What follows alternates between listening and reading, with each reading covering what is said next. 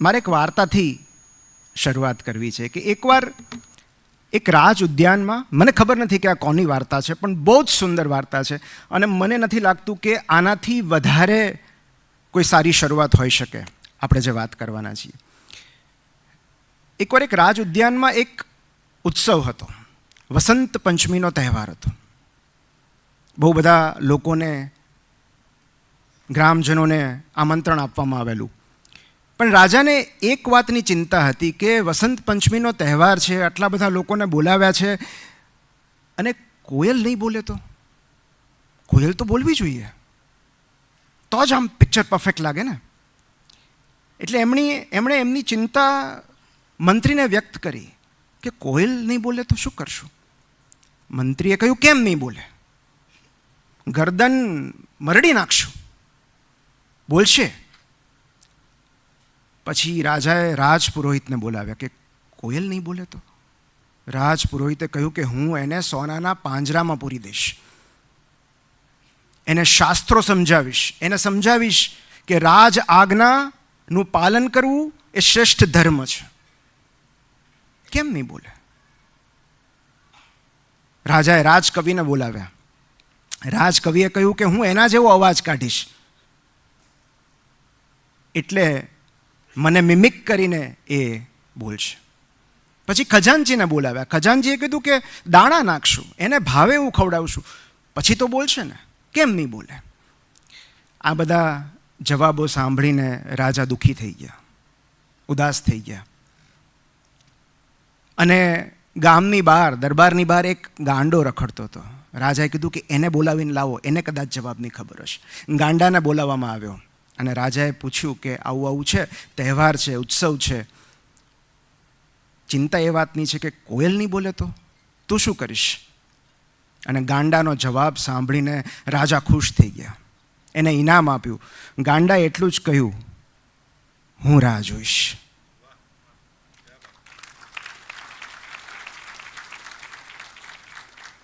હું રાહ જોઈશ. And parenting is all about waiting.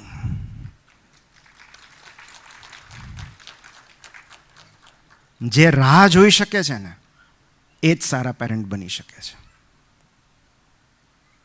અને એમાં બંને છે. રાહનો અર્થ પ્રતીક્ષા પણ છે, ધીરજ પણ છે.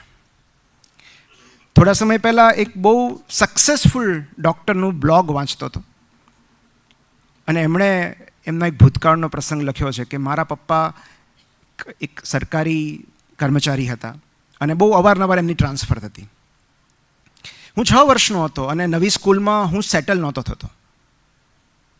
તો પપ્પા રોજ સવારે મને સ્કૂલે મૂકવા આવે અને હું દફતર લઈને મારા ક્લાસરૂમમાં જાઉં અને જેવો ક્લાસમાં પ્રવેશું અને મને ગભરામણ થવા માંડે, મને રડવું આવવા લાગે, હું હોમસિક ફીલ કરવા લાગું, લવસિક ફીલ કરવા લાગું, હું દફતરનો ઘા કરું બેન્ચ પર અને ક્લાસમાંથી દોડતો નીકળી જાઉં દરવાજા તરફ, રડતો રડતો, અને પપ્પા ત્યાં ઊભા હોય અને હું એમને ગળે મળી લઉં.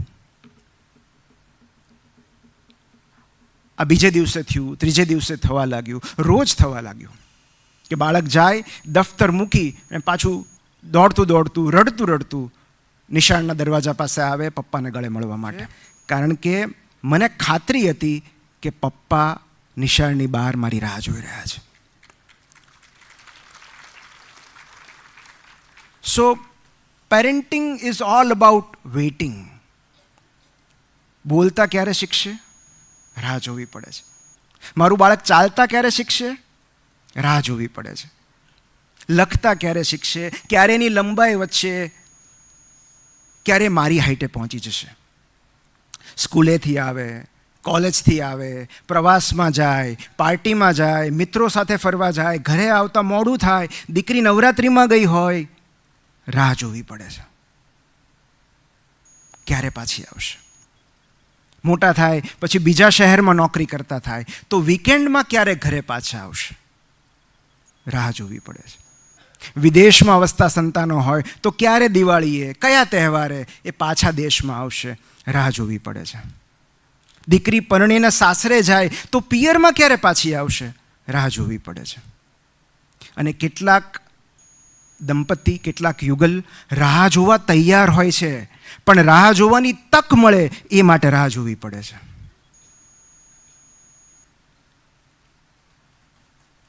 પૂછો જે લોકો IVF ટ્રીટમેન્ટ કરાવતા હોય ઇન્ફર્ટિલિટીથી, કે અમે રાહ જોવા તૈયાર છીએ પણ અમને તક તો આપો.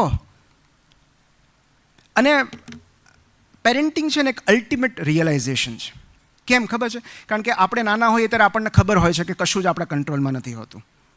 આપણને ડાયપર કોક પહેરાવી દે છે, હા, પીછી કોક સાફ કરે છે, ચાલતા કોક શીખવાડે છે, સાયકલ કોક શીખવાડે છે, ભણતા કોઈક શીખવાડે છે, જ્ઞાન કોઈક આપે છે. વી આર કમ્પ્લીટલી ડિપેન્ડન્ટ શિક્ષકો પર, વાલીઓ પર. ધીરે ધીરે આપણે મોટા થઈએ છીએ, ઇન્ડિપેન્ડન્ટ બનતા જઈએ છીએ, સ્વતંત્ર બનતા જઈએ છીએ, આત્મનિર્ભર બનતા જઈએ છીએ, વધુ એજ્યુકેટેડ બનીએ છીએ, વધુ સ્ટ્રોંગર બનીએ છીએ, સ્માર્ટર બનીએ છીએ, અને પછી આપણને એવું લાગે છે કે બધું જ આપણા કંટ્રોલમાં છે. અને જે ક્ષણે આપણને એવું લાગવા લાગે છે કે બધું જ આપણા કંટ્રોલમાં છે, આપણા ઘરે એક બાળકનો જન્મ થાય છે. અને પછી આપણને રિયલાઇઝ થાય છે કે કશું જ આપણા કંટ્રોલમાં નથી.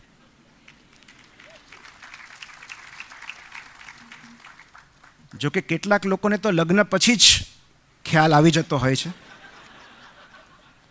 કે કશું જ આપણા કંટ્રોલમાં નથી. એટલે જે રીતે કોઈનું મૃત્યુ થાય ને આપણને રિયલાઇઝ થાય ને કે કશું જ આપણા કંટ્રોલમાં નથી, આ તો ગઈ, આપણે ન રોકી શક્યા એને. આપણે ઈચ્છતા હતા કે આપણી સાથે વધારે સમય રહે, પણ ચાલ્યા ગયા, સ્વજન ચાલ્યા ગયા, કશું જ આપણા કંટ્રોલમાં નથી.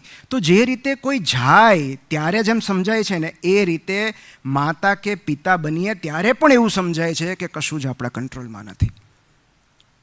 અને જો તમને એ વાતની ચિંતા હોય કે તમે એક સારા પેરેન્ટ છો કે નહીં, તો બિલીવ મી, તમે એક બહુ જ સારા પેરેન્ટ છો. તમારી પેરેન્ટિંગ પદ્ધતિ વિશે તમને શંકા હોય તો તમે સારા પેરેન્ટ છો. જો તમને પેરેન્ટિંગ વિશે જાણવાની, બાળકોના મનને સમજવાની કે પોતાનામાં સુધાર લાવવાની ઈચ્છા થતી હોય તો તમે એક સારા પેરેન્ટ છો. તમે રવિવારની સવારે અહીંયા આવ્યા છો એ જ બતાવે છે કે તમે સારા પેરેન્ટ છો. બાકી જે શહેરમાં બપોરે 2 થી 5 જન્મેલું બાળક પણ જન્મીને તરત રડતું નથી, સૂઈ જ જાય છે કે 5 વાગે રડશું, એવા શહેરમાં રવિવારની પ્રિય સવાર કરતાં તમને તમારું પેરેન્ટિંગ વહાલું છે. તો બાકી બધી વાત તો પછી આવે, પહેલાં તો તમે એક બહુ સારા પેરેન્ટ છો. અને આ સમાજને નુકસાન જ્ઞાની લોકોની શંકાથી નથી થતું, અજ્ઞાનીઓના કોન્ફિડન્સથી થાય છે. એટલે તમને તમારી પેરેન્ટિંગ સ્ટાઇલમાં શંકા હોય તો એ સારી બાબત છે, પણ હું જે કરું છું એ બરાબર જ કરું છું ને, એ ડેન્જરસ સિચ્યુએશન છે. કારણ કે એમાં કશુંક નવું શીખવાનો અવકાશ નથી હોતો. અને ટીનેજ પેરેન્ટિંગ, મને પૂછ્યું ધવલભાઈ કે તમે શું કહેશો, તો ટીનેજ પેરેન્ટિંગ મેં એટલે પસંદ કર્યું કારણ કે મારી દીકરી હવે 13 થઈ છે, એ 13 વર્ષની છે. અને હું પણ રોજ નવું વાંચી રહ્યો છું, અનુભવી રહ્યો છું, શીખી રહ્યો છું એની સાથે ડીલ કરતા. અને આ કેમ અઘરું છે? કારણ કે તમને સતત એવું લાગ્યા કરે કે આ બાળક તમારું છે જ નહીં. જે ટીનેજમાં સંતાનો હશે જેમના, એ વાલીઓને ખબર હશે કે બાળક અચાનક બદલાઈ જાય, ઇમોશનલી ડિસ્ટન્ટ થતું જાય. એની માટે ગુજરાતીમાં સરસ શબ્દ છે બાંગરું. બાંગરું થતું જાય, તોછડું થાય, અવિવેકી થાય, ડિસઓબિડિયન્ટ થઈ જાય, સ્વચ્છંદી થઈ જાય, અતડું થઈ જાય, બોલે જ નહીં. અને મમ્મી પપ્પા બંને એકબીજાની સામે શંકાની નજરે જોયા કરે કે આપણું જ છે.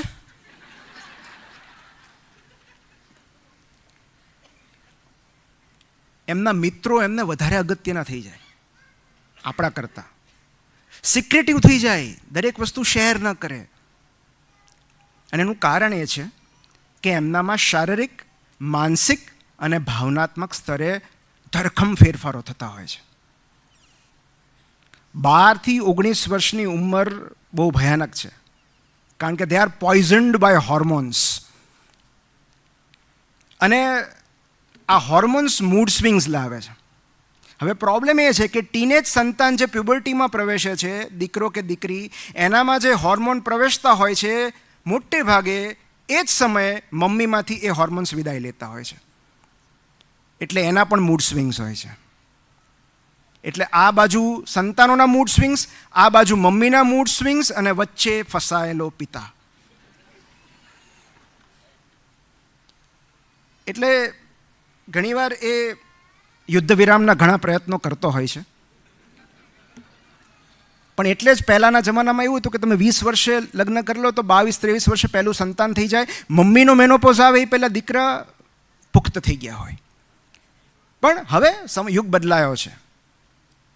જે એજ એટ મેરેજ છે અને ફર્સ્ટ ચાઇલ્ડ છે થોડા મોડા થયા છે. તો એના કારણે શું થાય છે કે આમની પ્યુબર્ટી, આમનું એડોલેસન્સ બાળકોનું અને મમ્મીનો મેનોપોઝ એ કોન્ફ્લિક્ટ થાય છે. અને મમ્મીમાં મેનોપોઝ એવું નથી. હું યુરોલોજિસ્ટ તરીકે કહું છું કે પિતામાં પણ એન્ડ્રોપોઝ હોય છે.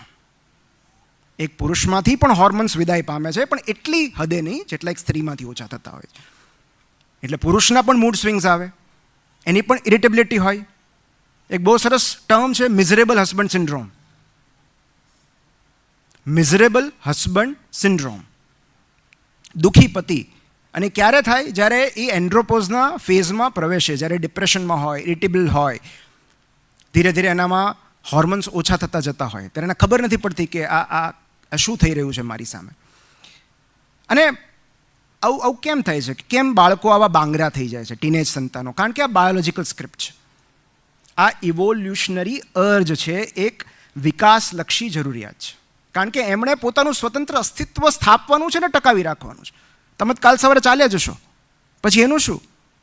એટલે એની વિચાર શક્તિ વિકસે છે, નિર્ણય શક્તિ વિકસે છે, એમનું વિશ્વ બદલાતું જાય છે. નવા મિત્રો મળે છે, નવા ગુરુ મળે છે, નવા શિક્ષકો મળે છે. એનું વિશ્વ બદલાતું જાય છે, એનું વર્લ્ડ બદલાતું જાય છે. અને આ બધું જૈવિક પ્રક્રિયાના ભાગરૂપે થાય છે. એ લોકો માતા પિતાથી થોડા વિમુખ થતા જાય છે. અને ઇઝીએસ્ટ વે ઓફ પેરેન્ટિંગ, કદાચ હું આટલું બોલીને બેસી જાઉં તોય ચાલે, પણ પછી ધવલભાઈ એમ કહેશે બાકીના સમયનું શું કરશું. પણ ઇઝીએસ્ટ વે ઓફ પેરેન્ટિંગ, કોઈ પણ બાળક, કોઈ પણ ઉંમરનું બાળક હોય, પેરેન્ટિંગ કરવાની શ્રેષ્ઠ રીત હું તમને એક જ મિનિટમાં જણાવું કે તમારા બાળકમાં તમે જેટલા સદ્ગુણો ઈચ્છતા હો એની એક યાદી બનાવો. તમે ઈચ્છતા હો કે મારું બાળક આવું હોવું જોઈએ, એની એક યાદી બનાવો કે ભાઈ મહેનતું હોવું જોઈએ, પ્રામાણિક હોવું જોઈએ, કેરિંગ હોવું જોઈએ. એની એક યાદી બનાવો, પછી એનું જાતે આચરણ કરો. આટલું જ કરવાનું.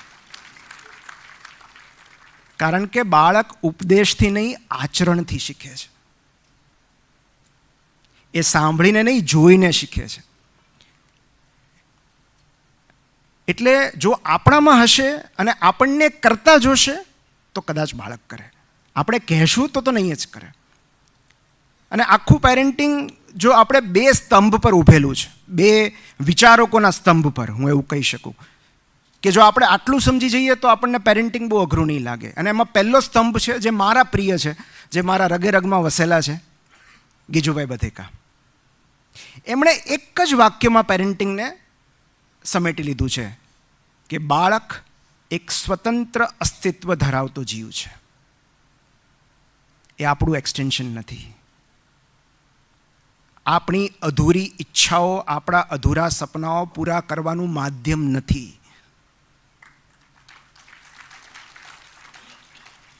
એ ઇન્ડિપેન્ડન્ટ એન્ટાઇટી છે, સ્વતંત્ર જીવ છે. એના લાઇક્સ ડિસલાઇક્સ અલગ હશે. તમે ભલે ડૉક્ટર હો, એને ન ગમતું હોય મેડિસિન તો શું કામ જાય? એને બાયોલોજી જોઈને ઉપકા આવે છે. અને બીજું, Khalil Gibran, your children are not your children. They come through you but not from you. એ તમારા થકી આવે છે આ વિશ્વમાં, તમારામાંથી નથી આવતા. તમે આ બ્રહ્માંડની ઉર્જાનું વહન કરો છો. અને એટલે જ તેમણે કહ્યું છે કે તમે તમારા બાળકોને પ્રેમ આપી શકશો, ટેકો આપી શકશો, પણ તમારા વિચારો નહીં આપી શકો, કારણ કે એ પોતાના વિચારો લઈને આવશે. અને એક વાત હંમેશા યાદ રાખવા જેવી છે, આજ નહીં તો કાલની તો 5 વર્ષ પછી તમને સમજાય જ જશે. અને જેટલું વહેલું સમજાય એટલું સારું છે કે આપણે કોઈ પણ જીવના માલિક ન બની શકીએ. કોઈ પણ જીવના નહીં. અને જ્યારે ડોગ ઓનર એવો શબ્દ વપરાતો ને મને બહુ ખૂંચતો, કે કૂતરાના માલિક, બિલાડીના માલિક, કેટ ઓનર. અને વર્ષો સુધી આ ચાલ્યું.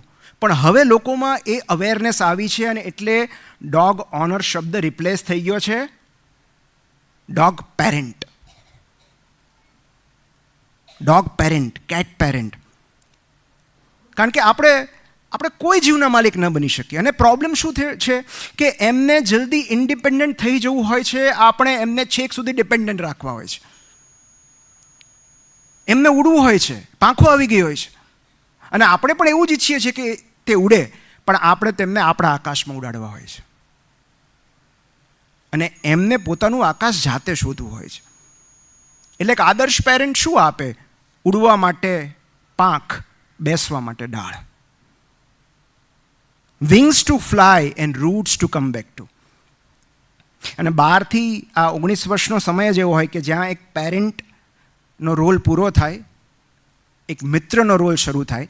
પણ હું મિત્ર કહીને અટકી નહીં જાઉં, કારણ કે મિત્ર એમના જોયા છે આપણે કેવા હોય. તમારા ટીનેજ સંતાનોના મિત્ર જોઈને ક્યારેક મને ધ્રાસકો પડે છે કે જો આજ એની બેનપણી રહેવાની હોય તો મને ચિંતા થાય છે. અને એટલે જ આપણે મિત્રથી એક ડગલું આગળ વધીને એના મેન્ટર બનવાનું છે. And there is a difference between coach and mentor. Coaching is active process. Mentoring is passive process. તમને ઘણી વાર એમ થાય આઈપીએલમાં આ બધા જલસા કરવા જ જાય છે, આ ઝાહિર ખાનના બધા મેન્ટર છે, પણ શું કામ છે એમનું? એ તો હકીકતમાં એવું જ છે. પણ આપણી લાઈફમાં મેન્ટરનો શું રોલ હોય કે મેન્ટર તમને આત્મમંથન કરવાની તક આપે, તમને પ્રશ્નો પૂછે, તમને સમજે, તમને તમારા નિર્ણયો લેવાની છૂટ હોય, તમને ભૂલો કરીને શીખવાની છૂટ હોય. He is there to support. તો એમના મિત્ર, મદદગાર અને માર્ગદર્શક બનવું પડે છે. અને જે રીતે ચાઇલ્ડ સાયકોલોજી હોય ને એ રીતે પેરેન્ટ સાયકોલોજી હોય. સી અલ્ટિમેટલી કોઈ મા બાપ એના સંતાનોના દુશ્મન કે વિરોધી નથી હોતા, પણ એ બસ એમને દુઃખી કે ગરીબ જોવા નથી માંગતા. એટલે આપણે જ્યારે વધુ માર્ક્સ લાવવા માટે, વધુ ભણવા માટે, કોઈ કારકિર્દી કે જોબ લેવા માટે જ્યારે આપણે એમને વાલીઓ દબાણ કરતા હોય છે, ત્યારે તેઓ સ્વાર્થી નથી હોતા. બસ તેઓ પોતાની ચિંતા, અસલામતી અને નિષ્ફળતામાંથી બહાર નીકળી નથી શકતા. એવું નથી કે એમને સંતાનોના સપના પર અવિશ્વાસ છે, પણ એમને પોતાના સંઘર્ષો યાદ હોય છે, પોતાની નિષ્ફળતા યાદ હોય છે. અને એટલે એ એમાંથી નીકળી નથી શકતા. પોતાની અસલામતીઓથી પ્રેરિત થઈને એ સંતાનને ટોક કરતા હોય છે. પણ હું એટલું જ કહીશ કે ફેલિયર્સ આર નોટ હેરિડિટરી. કોઈ નિષ્ફળતા, કોઈ સંઘર્ષ વારસાગત નથી હોતા. એટલે આપણને એવું લાગતું હોય કે જે મુશ્કેલીએ આપણને દુઃખી કરેલા એ આપણા સંતાનોને પણ એ જ મુશ્કેલી નડશે, તો એવું નથી. એમના સંઘર્ષો અલગ હશે. કારણ કે યુગ બદલાય છે, સમય બદલાય છે, સંજોગો બદલાય છે, ટેકનોલોજી બદલાય છે. એમના યુગમાં નવા પ્રોબ્લેમ આવશે, નવા સંઘર્ષો આવશે. તો એમના સંઘર્ષો આપણે એમને જ નક્કી કરવા દઈએ. અને માતા પિતા અને ચાઇલ્ડ વચ્ચે જે ઘર્ષણ થાય છે એનું કારણ જ આ અસલામતી હોય છે, એમના ભવિષ્યનો ડર કે ચિંતા. આમાંથી કેટલા પેરેન્ટ્સ એવા છે કે જેમને પોતાના બાળકના ભવિષ્ય વિશે ચિંતા થાય છે, કે ડર લાગે છે? કેટલા બધા. હું મારો હાથ ઊંચો કરું. આપણને દરેકને હોય. કારણ કે આપણે જ્યારે એમના વિશે ચિંતા કરીએ છીએ ત્યારે એ એમના તરફના પ્રેમમાંથી ઉદ્ભવે છે. બિકોઝ વી આર કન્સર્ન્ડ, વી લવ ધેમ, કે આપણું બાળક આગળ જઈને દુઃખી ન થાય. પણ જ્યારે પ્રેમ કરતાં ડર વધી જાય છે, જ્યારે ડર પ્રેમને ઓવરટેક કરી લે છે ને, ત્યારે એનું પરિણામ બહુ સારું નથી આવતું. અને બીજું કે સફળતા સુધી લઈ જતો ગ્રાફ ક્યારેય સીધી લીટીમાં નથી હોતો, કોઈનો પણ. એ શેર બજાર જેવો જ હોય છે. એટલે તમને એવું લાગે કે છેલ્લા 1 મહિનામાં તો બહુ ડાઉન થયું, પણ છેલ્લા 3 વર્ષમાં તમે જુઓ ને તો બેઝલાઇન કરતાં તો ઉપર જ જતું હોય. અને ઇટ અપ્લાઇઝ ટુ એવરીબડી કે એ ભૂલો કરે છે, ભટકી જાય છે, નિષ્ફળ જાય છે, રિજેક્ટ થાય છે, અને પછી છેક સફળ થાય છે. They need guidance. અને એક ન્યૂઝીલેન્ડમાં બહુ જ સરસ અભ્યાસ થયો, એમણે સરસ વાત કરી અભ્યાસની, કે એક બહુ સરસ રિસર્ચ થયો કે 2 સાયન્ટિસ્ટે, 2 સાયકોલોજિસ્ટે 1000 બાળકોને ફોલો કર્યા, ટ્રેક કર્યા, અને એમના ફાઇનાન્શિયલ સક્સેસ માટે, એની સફળતા માટે કયું પરિબળ જવાબદાર છે એ એમણે શોધ્યું. તો એમાં મહેનત જવાબદાર નથી, બુદ્ધિ જવાબદાર નથી, મા બાપનું ફાઇનાન્શિયલ સ્ટેટસ જવાબદાર નથી. એક જ ફેક્ટર જવાબદાર છે કે જે હોય તો બાળક ફાઇનાન્શિયલી સક્સેસફુલ હોય છે અને ન હોય તો નથી હોતું, અને એ ફેક્ટર છે ઇમોશનલ ઇન્ટેલિજન્સ. એ કઈ રીતે આવે એની વાત હું છેલ્લે એક ઉદાહરણ દ્વારા કરું. પણ થોડા સમય પહેલાં મેં એક બહુ જ સુંદર આર્ટિકલ વાંચ્યો, parental narcissism, how to make your kids successful and miserable. સફળ છતાં દુઃખી બાળકો કઈ રીતે ઉછેરવા. એટલે આપણે નક્કી એ કરવાનું છે કે આપણે બાળકો પાળવા છે કે ઉછેરવા છે. કારણ કે બંનેમાં તફાવત છે. કૂતરો, બિલાડી, પોપટ પાળી શકાય ત્યાં સુધી કે સિંહ પણ સર્કસમાં, જંગલનો રાજા સિંહ પણ થોડા સમય સુધી સર્કસમાં ખેલ કરતો, એને પણ ટેમ કરી શકાય.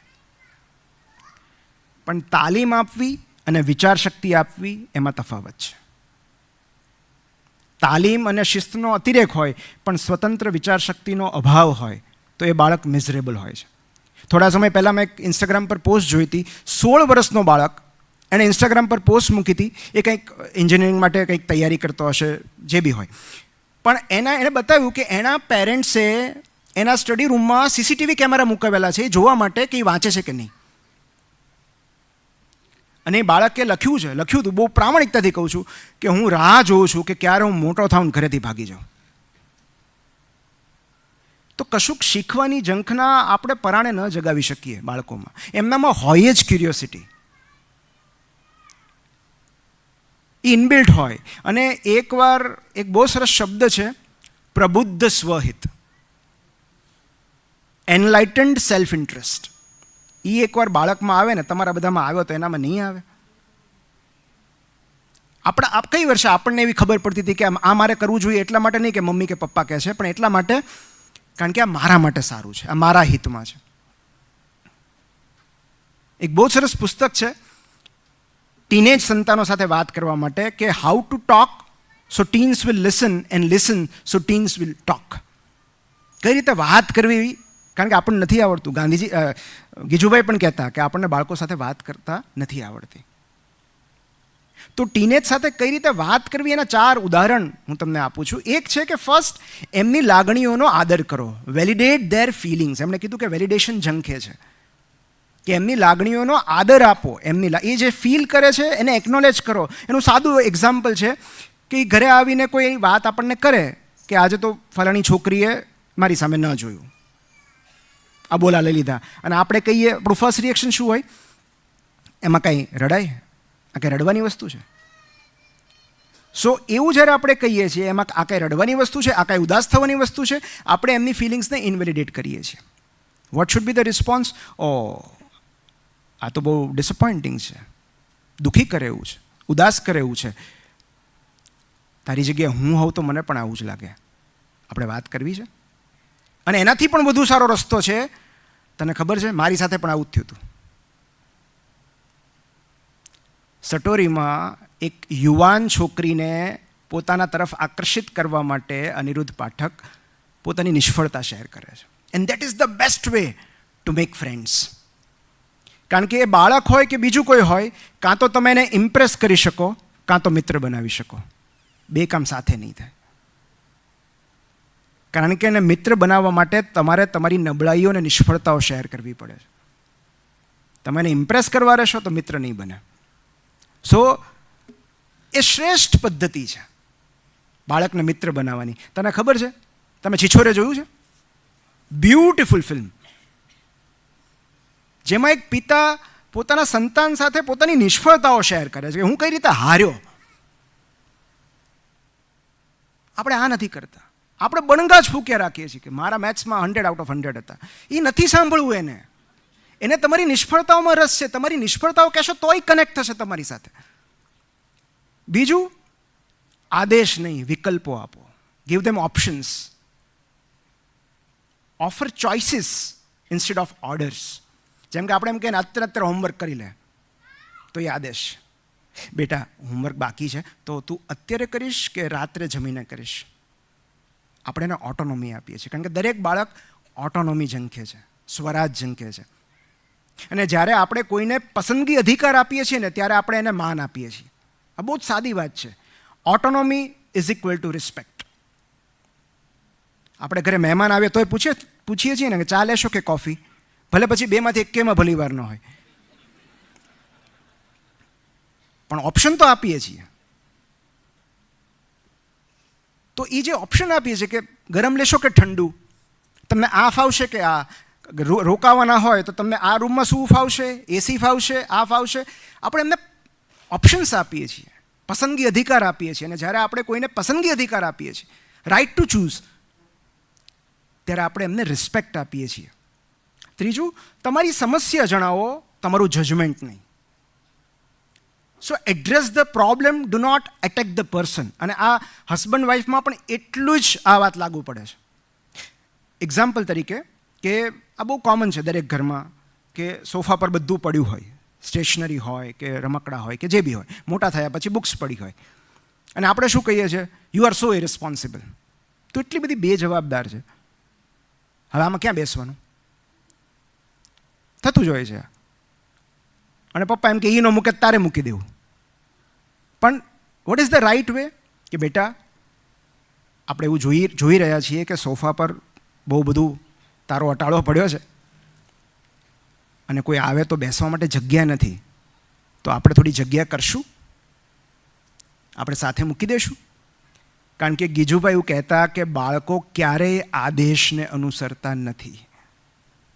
બાળક પાસે કામ કરાવવું હોય તો 3 જ ઓપ્શન છે. એક આચરણ, એક બુક તમે મૂકો એટલે બાળક બીજી મૂકશે, બીજું વિનંતી, પ્લીઝ. તમે કોઈને કોલેજમાં પ્રપોઝ કરતા ત્યારે કેટલી વિનમ્રતાથી પ્રપોઝ કરતા. ઓલા છેલ્લા દિવસના ધુલાની જેમ કહેતા આઈ લવ યુ તું મને કહી દે, હે ને? ત્યારે તો કેટલી રાહ જોઈતી, કેટલી ફિલ્ડિંગ ભરી હતી, કેટલું કન્વિન્સ કર્યા હતા કે ના ના આપણે સુખી જ રહેશું, બધું એડજસ્ટ કરી લેશું. અને કેટલી બધી પ્રપોઝલ માટે કેટલી બધી વિનંતીઓ કરી હતી, કેટલું બધું પ્લીઝ કીધું હતું. એમાંથી 10% જો તમે તમારા બાળકને કહેશો તો પેરેન્ટિંગ અઘરું નહીં લાગે. તમે બોસ આગળ રજા માંગવા જાઓ ત્યારે કેટલા વિનમ્રતાથી વર્તો છો ને કે સાહેબ બસ એક દિવસ લગ્ન અટેન્ડ કરીને બીજે સવારે આવી જઈશું, રાત્રે ટ્રેન છે સવારે પહોંચીશ. બોસને એમ કહો છો કે રજા જોઈએ છે, આપસ કે નહીં? તો એક વાલી તરીકે આપણા માટે આનાથી વધારે ચિંતાજનક અને શરમજનક બાબત બીજી કઈ હોઈ શકે કે આપણે આપણા બોસથી ડરીએ છીએ, આપણા બાળકથી નથી ડરતા. આપણું સાચું બોસ આપણું બાળક છે કે બેટા પ્લીઝ મૂકી દઈશ, મૂકી દેશે. અથવા આપણે સાથે મળીને મૂકી દઈએ તો, આપણે સાથે મળીને આમ કરીએ તો. અને એકેય વાત ન માને ને તો believe me, your sense of humour will save you. રમૂજ તમને ઉગારી લેશે. પરિસ્થિતિ કઈ રીતે હળવી કરી શકાય એની સમજ જે મા બાપને હોય છે ને એને પેરેન્ટિંગ અઘરું નથી લાગતું. ડૉક્ટર જગદીશ કાકડિયા છે અહીંયા? મારો વિરલો. ડૉક્ટર જગદીશ કાકડિયા મારી સાથે MBBSમાં ભાવનગરમાં અમે 2 બેચમેટ છીએ. અને he has got tremendous sense of humour. ત્યારે કોલેજના સમયમાં તો હતી જ, લગ્ન પછી પણ એણે જાળવી રાખી છે.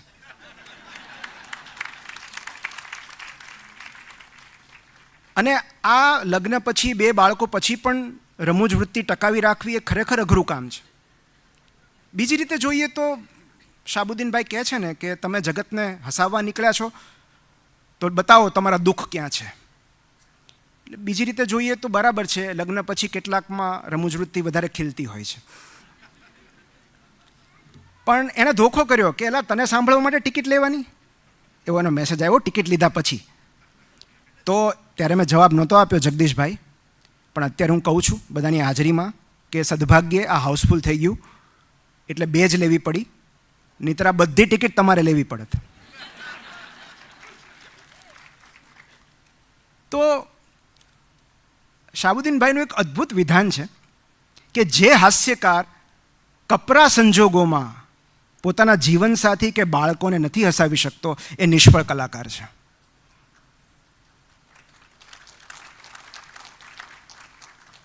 આપણી સેન્સ ઓફ હ્યુમર ક્યાંક ગાયબ થઈ જાય છે.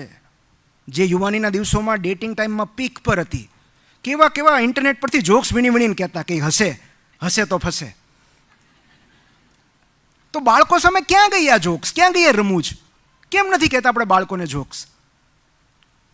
સાહેબે બહુ સરસ કીધું વિશાલભાઈ કે એમને ઉપદેશમાં રસ જ નથી. બોધ ક્યારેય કરાય નહીં, અપાય નહીં, બોધ થાય. એ આપ મેળે થાય, એ લાદી ન શકાય. એમને મુલ્લા નસરુદ્દીનની વાતો કહો, કેવી કેવી હ્યુમર હોય છે.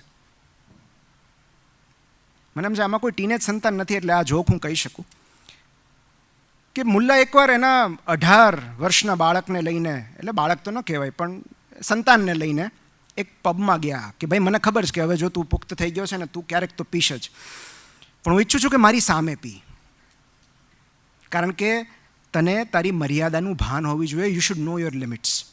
પહેલાં પૂછ્યું કે અબ્બાજાન લિમિટ કઈ રીતે નક્કી થાય? એટલે મુલ્લાએ કીધું કે જો સામે જે 2 વ્યક્તિ દેખાય છે ને એ તને 4 દેખાવા લાગે ને તો સમજો કે તારી લિમિટ આવી ગઈ છે. એટલે પહેલાં એ બહુ વિનમ્રતાથી કીધું પણ અબ્બુજાન સામે તો એક જ વ્યક્તિ બેઠી છે.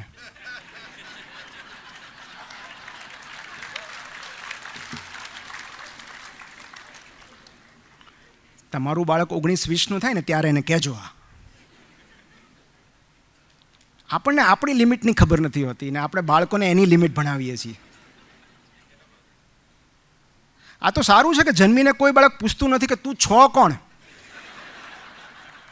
હુ ધ હેલ યુ આર, કે મને આદેશ આપસ. તો ન ગમે ને આપણા બાળકો જન્મીને તરત એમ કહે કે આ કોણ, નર્સ કોણ છે, આ કોણ છે 2 જણ, તમે મને સૂચના આપવાવાળા છો કોણ? બસ એટલું પૂછવામાં એ 15 વર્ષ લગાડે છે. અને તમને ખબર છે ક્લિયોપેટ્રાની વાર્તા સાંભળી છે તમે કે ક્લિયોપેટ્રા છે ને જુલિયસ સીઝરને સિડ્યુસ કરવાનો હતો, જુલિયસ સીઝરને આકર્ષિત કરવાનો હતો, મોહિત કરવાનો હતો. અને ક્લિયોપેટ્રાએ એ સમયની બેસ્ટ સેડક્શન ટેકનિક વાપરી જે હજી આજ સુધી બેસ્ટ સેડક્શન ટેકનિક છે. કારણ કે જુલિયસ સીઝર પાસે તો ક્યાં કમી હતી, જે માગે હાજર થઈ જાય. યુઝ્યુઅલી કામુકતા, સેક્સ્યુઅલ જે વૃત્તિ છે એનો હથિયાર તરીકે ઉપયોગ કરતા હોય.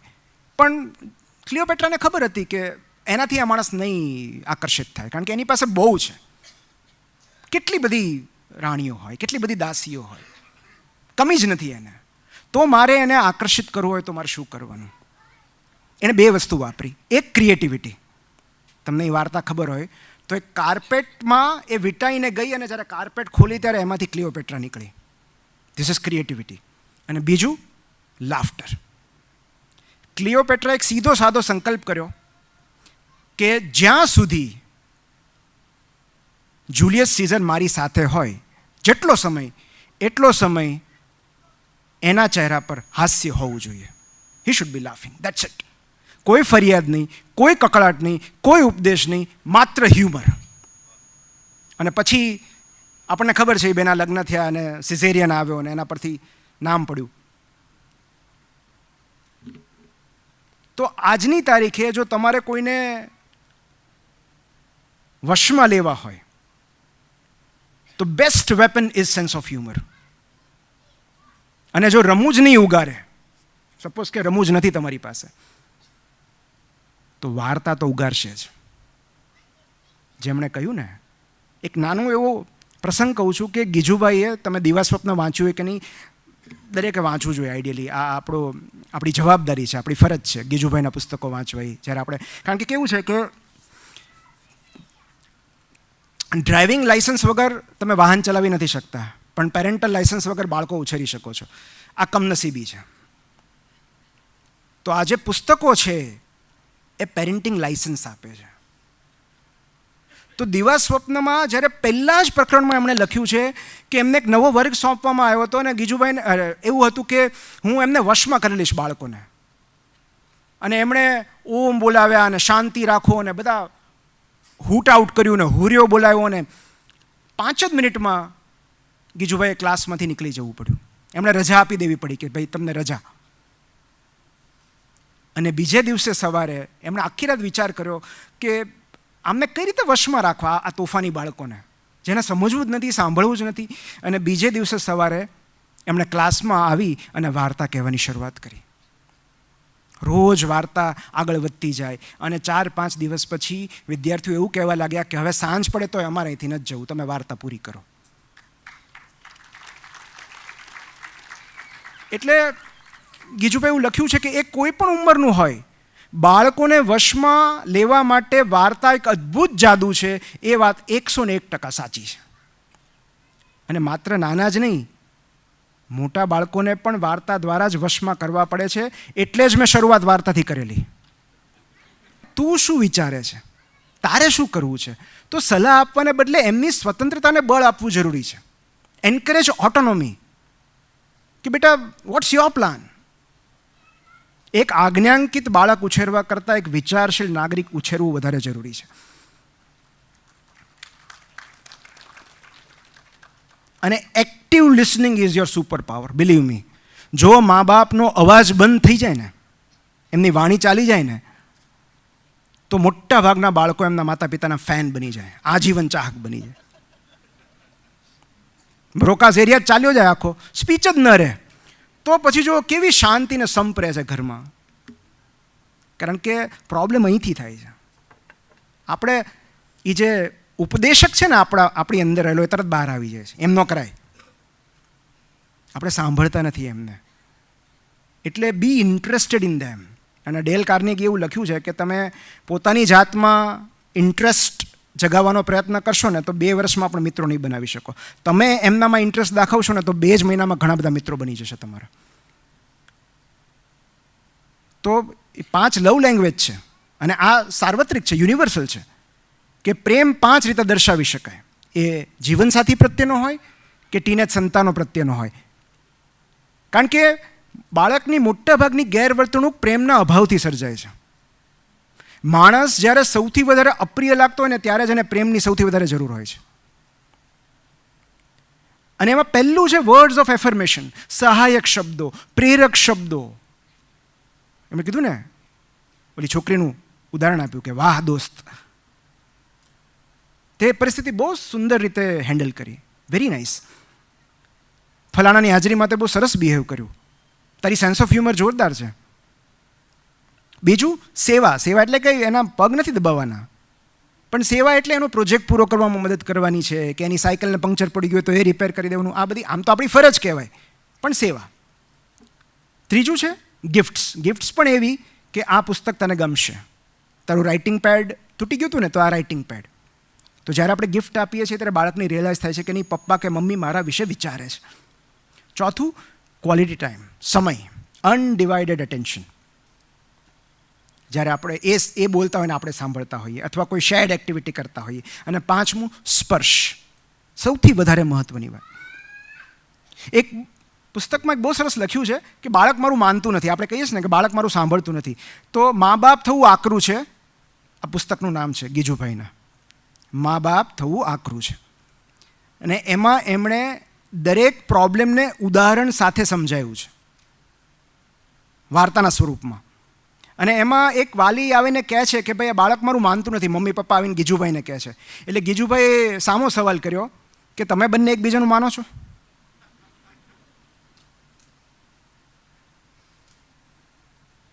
તો બાળક આપણું એટલા માટે નથી માનતું કારણ કે ઘરના સભ્યો એકબીજાનું નથી માનતા. અને હું તો કહું શું કામ માને? બાળકે એવું કયું પાપ કર્યું છે કે આપણી વાત માનવી પડે? આપણે એમના કરતાં આ પૃથ્વી પર અમુક વર્ષો પહેલાં આવી ગયા, એ સિવાય આપણી કોઈ લાયકાત ખરી? અને એમણે કહ્યું ને ન્યુરો પેરેન્ટિંગ, કે ટીનેજ બાળક કેમ નથી સાંભળતું, એનું કારણ એના બ્રેઇન ડેવલપમેન્ટમાં હોય છે. એક બહુ સરસ પુસ્તક છે ટીનેજ બ્રેઇન, જે એક માતાએ લખ્યું છે, જે 2 બાળકોની માતા છે, પણ એ સાધારણ માતા નથી, ન્યુરોફિઝિશિયન છે, ન્યુરોસાયન્ટિસ્ટ છે. એટલે કોઈ પણ માતા લખે ને તો પહેલાં તો એ આવું જ લખે, ફરિયાદ જ કરે કે માનતું નથી. પણ કેમ નથી માનતું એનો જવાબ એમણે આમાં આપ્યો છે કે ટીનેજ બ્રેન છે ને એ ડેવલપિંગ બ્રેન છે, એમાં પ્રી ફ્રોન્ટલ કોર્ટેક્સ હજી બન્યું નથી હોતું અને એમનું એમિગડેલા જ એક્ટિવ હોય છે. પ્રી ફ્રોન્ટલ કોર્ટેક્સ એટલે કે જેમાં લોજિક હોય, રિઝનિંગ હોય, ઇમ્પલ્સ કંટ્રોલ હોય, એમ્પથી હોય, એ નથી ડેવલપ થયું. એટલે આપણને એમ થાય કે કેમ આ 2 જ રોટલી પડી છે, જોવે છે કે હજી 2 જણ બાકી છે, કેમ બધું ખાઈ ગયો, એને બીજાનો વિચાર નથી આવતો, આટલું બધું બોલે છે, હર્ટ કરે છે અને ખબર નથી પડતી. There is no empathy, zero empathy. તમને એમ થાય કે ટીનેજ સંતાન એટલું બધું રૂડ કેમ થઈ ગયું? એનું રીઝન આ છે, કારણ કે એમનામાં એમ્પથી હજી વિકસી નથી હોતી, એ આપણને જોઈને શીખતું હોય છે. અને એમનામાં શું એક્ટિવ હોય છે? Emotional brain, amygdala, limbic system, flight or fight reaction. એટલે તમે જેવું કંઈક કહેશો ને, કાં તો તમારી ઝઘડો કરશે, કાં તો ઘર છોડીને નીકળી જશે. ફાઇટ ઓર ફ્લાઇટ. એ ઇમોશનથી જ વિચારે છે. મમ્મી શું કરશે, પપ્પા શું કરશે, હજી એમ્પથી વિકસી નથી હોતી, એટલે એ સમજી નથી શકતું. એમનું બ્રેન ડોપામિન જંખે છે, રિસ્ક અને રિવોર્ડ. એમને રિસ્ક લેવું છે એટલે ફૂલ સ્પીડે કાર ચલાવે છે, બાઇક ચલાવે છે. એમને રિવોર્ડ જોઈએ છે તાત્કાલિક. અને એમનું ઇમોશનલ રેગ્યુલેશન હજી ડેવલપ થતું હોય છે અને મિડ-20s સુધી ડેવલપ થાય છે. કેટલાકનું તો 40 નથી થતું હતું, નથી હોતું ઇમોશનલ રેગ્યુલેશન, ભાવાત્મક પરિપક્વતા નથી હોતી. અને જો 25 સુધીમાં નહીં આવે તો પછી આશાય ન રાખવી. એટલે એમને ઇમોશન્સ વધુ તીવ્રતાથી ફીલ થાય છે અને એમાંથી બહાર આવતા વાર લાગે છે. અને સેકન્ડ એ છે કે autonomy is the developmental need. સ્વરાજ કે સ્વાયત્તતા એમની વિકાસલક્ષી જરૂરિયાત છે. અને એટલે મા બાપનો વિરોધ કરવો કે સામે ના પાડવી એ એમની સ્વતંત્ર ઓળખ કેળવવા માટે તંદુરસ્ત લક્ષણ છે. આપણને એમ થાય કે દરેક વસ્તુને ના પાડે છે, પણ 3 E's are very important: ears, empathy અને એન્કરેજમેન્ટ. અને સિમ્પલ ફોર્મ્યુલા જ એ છે કે ફર્સ્ટ કનેક્ટ, ધેન કરેક્ટ. પહેલાં કનેક્ટ થાવ એમની સાથે અને અમુક વાતો એમને કહેવી જરૂરી હોય છે. આપણા અનુભવો, જ્યાં આપણે દુઃખી થયેલા કે જ્યાં આપણે દાઝેલા છીએ કે જે આપણા અનુભવો છે એમને કહેવા જરૂરી છે. દેટ ઇઝ પેરેન્ટિંગ, કે આપણે આપણા અનુભવો એમની સાથે શેર કરી શકીએ. પણ એ કહેવા માટે બાળક રિસેપ્ટિવ હોવું જરૂરી છે અને રિસેપ્ટિવ હોવા માટે એનું કનેક્ટેડ હોવું જરૂરી છે. So I would say connection, then compassion and then correction. એટલે તમારે બાળકને સલાહ આપવી છે તો આપો, પણ પહેલાં એની સાથે અડધી કલાક રમવું પડશે, એની વાત પહેલાં સાંભળવી પડશે. અને એમણે બહુ સરસ ઉદાહરણ આપ્યું કે બાળક સ્કૂલેથી આવે ત્યારે મમ્મીના પ્રશ્નો શું હોય કે આજે શું કરાવ્યું, કેટલું લેસન આપ્યું, શું હોમવર્ક આપ્યું, પરીક્ષા કઈ હતી, કેટલા માર્ક્સ આવ્યા, તારી બહેનપણીના કેટલા આવ્યા, તારા ભાઈબંધના કેટલા આવ્યા. આપણે ક્યારે એવું નથી પૂછતા, બેટા તારો દિવસ કેવો રહ્યો, તે ખાધું. This is connection. અને જ્યારે આપણે આવું પૂછીએ છીએ ત્યારે બાળકને સમજાય છે કે મમ્મી કે પપ્પાને મારી ઉપલબ્ધિઓ કે સફળતામાં નહીં, મારામાં રસ છે, મારા અચીવમેન્ટ્સમાં નહીં, મને એક વ્યક્તિ તરીકે તેઓ પ્રેમ કરે છે. પણ તમે એમ કહો આટલો બધો લાડ લડાવીએ, જે આ 2 વક્તાએ કીધું એટલું બધું આપણે કરીએ તો બાળક બગડી ન જાય? ઘણા પતિ કહેતા છે કે આવું બધું ન હોય, આ બોલવું છે આ લોકોને. તો એની માટે એક પુસ્તક છે, ધ અપોઝિટ ઓફ સ્પોઇલ્ડ. બાળક ક્યારે ન બગડે અથવા બાળક ક્યારે બગડે, તો 4 જ પરિબળો જવાબદાર છે જે બાળકને બગાડે છે. અને એમાંથી 3ને પૈસા સાથે કાંઈ લેવા દેવા નથી.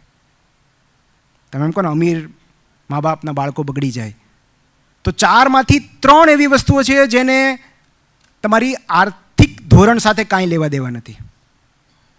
પહેલું છે ઘરમાં કોઈ જવાબદારી કે કામકાજ ન હોવું. બાળકને કોઈ જવાબદારી સોંપવામાં નથી આવતી, કોઈ કામકાજ નથી સોંપાતું કે તું આ કરી નાખ, તું આમ કરી નાખ, તું આમ કરી નાખ. નહીં, કોઈ રિસ્પોન્સિબિલિટી નહીં બાળકની, તો બગડી શકે. બીજું, having no rules to follow. ઘરના કોઈ નિયમ જ ન હોય. ગમે ત્યારે ઉઠવાનું, ગમે ત્યારે જમવાનું નહીં. અને એ જ્યારે હું નિયમોની વાત કરું છું, એ સામૂહિક નિયમ હોવા જોઈએ. બાળક માટે નિયમો અલગથી ન હોય. 8:30 વાગે જમવા બેસીએ ત્યારે ફોન નહીં જોવાનો, ફેમિલી ટાઈમ હોય ત્યારે ફોન નહીં જોવાનો, આટલા વાગે ઉઠી જવાનું, આટલા વાગે ઘરે પાછા આવવાનું. જો નિયમ નહીં હોય, કોઈ રૂલ્સ નહીં હોય, કોઈ શિસ્ત નહીં હોય, તો બાળક બગડી શકે છે. ત્રીજું, ટુ મચ ઓફ એટેન્શન. આપણે કીધું ને, ઓવર પેરેન્ટિંગ, હેલિકોપ્ટર પેરેન્ટિંગ. બહુ વધારે પડતું એટેન્શન મળે તો પણ બાળક બગડી જાય. અને ચોથું, જે માંગે એ બધું જ મળી જાય. આ મટીરિયલિસ્ટિક છે. વિટામિન એનનો અભાવ. વિટામિન એન એટલે વિટામિન નો. આ ના સાંભળવી બહુ જરૂરી છે. કારણ કે અત્યારે નહીં સાંભળે ને તો ગર્લફ્રેન્ડ કે બોયફ્રેન્ડ તો પાડી જ દેશે ટેવ. જગત તો પાડી જ દેશે. તમે આપશો બધું, આ જગત નહીં આપે. બહુ રાહ જોવડાવે છે. છેલ્લે મને એક બે મા બાપ એવું પૂછતા હતા કે અમને બહુ ડર લાગે છે કે અમારા સંતાનો અમારાથી વિમુખ નહીં થઈ જાય ને, અમને છોડીને ચાલ્યા નહીં જાય ને, પાછા તો આવશે ને. અને ત્યારે હું એમ કહું છું કે આ બે તરકીબ તમે આજમાવી શકો. પહેલી વસ્તુ તો એ કે your children or our children owe us nothing. આપણા બાળકો આપણને કશું જ આપવા બંધાયેલા નથી. આ હકીકત છે. આપણે એના ભાષ્ય અલગ અલગ કર્યા છે આપણી જરૂરિયાત પ્રમાણે, આપણા સ્વાર્થ પ્રમાણે, કે આપણે જન્મ આપ્યો અને આપણે ઉછેર્યા હોય તો આપણું તો કરે જ ને, ન કરે એવું નથી હોતું. આપણે એમને આ પૃથ્વી પર લાવ્યા છે આપણી સમજણ પ્રમાણે. એમણે અરજી નહોતી કરી. સો અવર ચિલ્ડ્રન ઓ અસ નથિંગ. કોઈ જ અપેક્ષા ન રાખો, કારણ કે એ કદાચ ન ફૂલફિલ થાય. અને બે જે તરકીબ છે, એક એવી કે આપણા ઉછેર દરમિયાન આપણા મા બાપે પણ ઘણી બધી ભૂલો કરી હશે અને આપણને યાદ હશે એ ભૂલો. એમને માફ કરી દેવા, તો કદાચ આવતીકાલે આપણા સંતાનો આપણને માફ કરી દે. કદાચ. અને બીજું બહુ અગત્યનું છે, એમની અપૂર્ણતાને ચાહો. લવ ધેર ઇનકમ્પ્લીટનેસ. એમની નબળાઈઓને ચાહો, કારણ કે એ તમારી અપૂર્ણતાને ચાહે છે. આજ સુધી કોઈ બાળક એની મમ્મીને એવું કીધું છે કે મમ્મી તને અંગ્રેજી બોલતા નહીં આવડે ને તો હું તારા ખોળામાં નહીં બેસું? પપ્પા તમને પ્રમોશન નહીં મળે ને તો હું તમને વાલી નહીં કરું? નહીં, કારણ કે એ તમને તમારી નબળાઈઓ સાથે ચાહે છે, તમારી નિષ્ફળતાઓ સાથે પ્રેમ કરે છે, બિનશરતી પ્રેમ કરે છે. અને આપણે પણ એમને બિનશરતી પ્રેમ કરતા શીખવું પડશે. 4 બ્રહ્માસ્ત્ર છે: sense of humour, story telling, emotions. તમે શું ફીલ કરો છો એ બાળકને કહો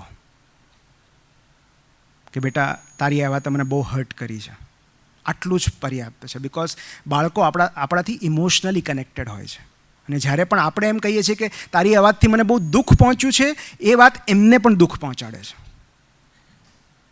અને મેક ધેમ રિસ્પોન્સિબલ કે બેટા I trust you, you are the best જજ ઓફ યોર સેલ્ફ.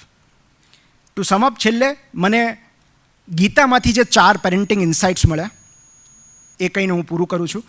આમ ગીતામાં ડાયરેક્ટલી કોઈ પેરેન્ટિંગની વાત નથી, પણ ઇનડાયરેક્ટલી જે પેરેન્ટિંગ ઇન્સાઇટ્સ છે એમાં પહેલું છે ડિટેચ્ડ ઇન્વોલ્વમેન્ટ. કે ભાઈ બાળકોને ઉછેરવા, એમને પ્રેમ આપવો, એને ટેકો આપવો, એમને બધું પ્રોવાઈડ કરવું એ આપણી ફરજ છે, આપણું કર્મ છે. એનું પરિણામ શું આવશે એ આપણને ખબર નથી, એ આપણા હાથમાં નથી. ડિટેચ્ડ ઇન્વોલ્વમેન્ટ કે બેટા આઈ લવ યુ, અને તારા પોષણ માટે, તારા ઉછેર માટે, તારી વૃદ્ધિ માટે, તારા કલ્યાણ માટે જે કાંઈ જરૂરી હું કરીશ, પણ તારું ભવિષ્ય, તારી નિયતિ તને ક્યાં લઈ જશે મને નથી ખબર, કારણ કે મારું કર્મ મેં પૂરું કર્યું. હવે શું પરિણામ આવે છે એ મારા હાથમાં નથી. બીજું છે સ્થિત પ્રજ્ઞા, ઇમોશનલ રેઝિલિયન્સ. અને emotionally stable parents raise emotionally intelligent kids. આપણે એને ઉપદેશ આપીને ઇમોશનલ ઇન્ટેલિજન્ટ ન બને, એની માટે આપણે ઇમોશનલ ઇન્ટેલિજન્ટ બનવું પડે. ત્રીજું છે સ્વધર્મ, પોતાનો રસ્તો, પોતાનો ઉદ્દેશ્ય, પોતાનો પર્પસ. અને એવું કહેવાય છે ને કે કોકના ધર્મમાં સફળ જવા કરતાં પોતાના ધર્મમાં નિષ્ફળ જવું સારું. તો આપણે આપણા અધૂરા સપનાઓ એમના પર પ્રોજેક્ટ ન કરી શકીએ, કારણ કે એમનો પર્પઝ અલગ છે, એમનો રસ્તો અલગ છે, એમનો ઉદ્દેશ્ય અલગ છે. ચોથું, આખી ગીતા કહી દીધા પછી, આટલું બધું સમજાવ્યા પછી, અલગ અલગ ઉદાહરણો દ્વારા વિરાટ સ્વરૂપનું દર્શન કરાવ્યા પછી, આટલું બધું સમજાવ્યા પછી છેલ્લે કૃષ્ણ શું કહે છે? યથા ઈચ્છસી તથા કુરુ. તને યોગ્ય લાગે એમ કર, મારો કોઈ ફોર્સ નથી. ઓટોનોમી આપી અર્જુનને કે હજી આટલું બધું કર્યા પછી તારી ઈચ્છા ન હોય તો તું ન લડ, વાંધો નહીં. હું તને સમજાવી શકતો તો એટલું મેં સમજાવ્યું. શું સમજાવ્યા પછી પણ ઓટોનોમી આપવી જરૂરી છે કે બેટા, I trust you, you make your own decision, you are the best જજ. એન્ડ લાસ્ટ,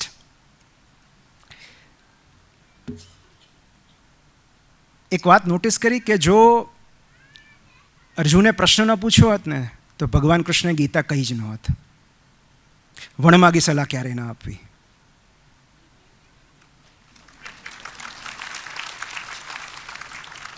ગીતા જેવું ગીતા પણ ઉપદેશ નથી, પ્રશ્નોત્તરી છે. અર્જુન જેટલું અને જે પૂછે છે એટલાનો જ જવાબ મળે છે.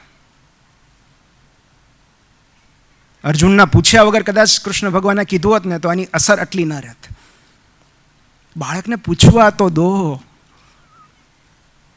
એ પૂછશે, એ આવશે આપણી પાસે. જો આપણી અંદર રહેલો ઉપદેશક, સુધારક, વિચારક શાંત થઈ જાય તો આપણી અંદર રહેલો મિત્ર બહાર આવશે.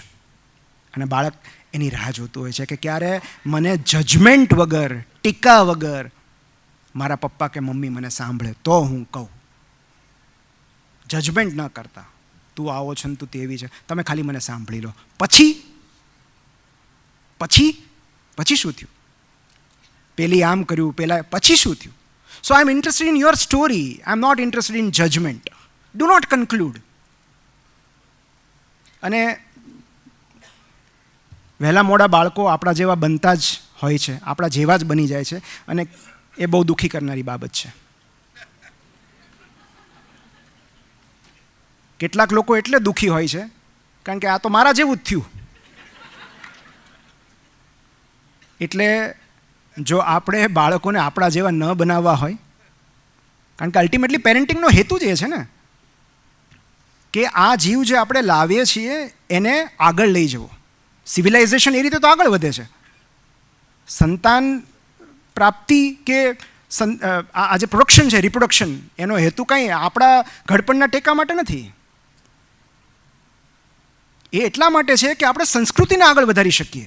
તો આપણું બાળક આપણા કરતાં વધારે સુસંસ્કૃત હોવું જોઈએ, વધારે પ્રજ્ઞાવાન હોવું જોઈએ, વધારે જાણકાર હોવું જોઈએ, વધારે મદદરૂપ હોવું જોઈએ, કે જે પરિસ્થિતિમાં એ આવ્યું હતું એની કરતાં એ જ્યારે જાય ત્યારે આ સૃષ્ટિને વધારે સારી કરીને જાય. અને આપણા જેવું જ રહેશે, આપણે જેવું વિચારીએ છીએ એવું જ વિચારશે. તો પછી આ 15-20 વર્ષની જે આપણે મથામણ કરીએ એનો અર્થ શું? એની દ્રષ્ટિ આપણા કરતાં વધુ વ્યાપક હોવી જોઈએ. અને એટલે જો એને આપણા જેવા ન બનાવવા હોય તો એમની સ્વતંત્ર વિચાર શક્તિ ખીલવા દેવી બહુ જરૂરી હોય છે. Thank you so much.